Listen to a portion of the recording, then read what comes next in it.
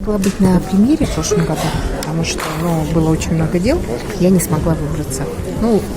Решила, что никогда не поздно. И вот я сегодня пришла посмотреть. Во-первых, здорово, что полный зал, рабочий день, не премьера, и все равно полный зал.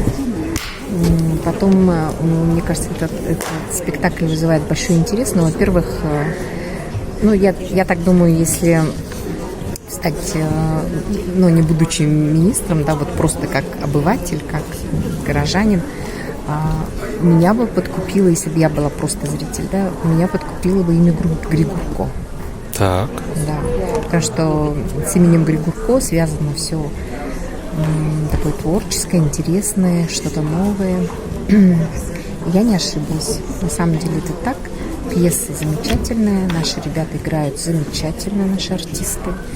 И, вы слышите, как смех в зале. Это самое важное, потому что людям интересно, люди смеются, несмотря на то, что черный юмор, в общем-то, но поставлено очень легко. И я знаю, что каждый раз, когда идет этот спектакль, поскольку здесь сурдоперевод идет, приходит человек 20 из общества глухих, и это интересно. Что еще сказать?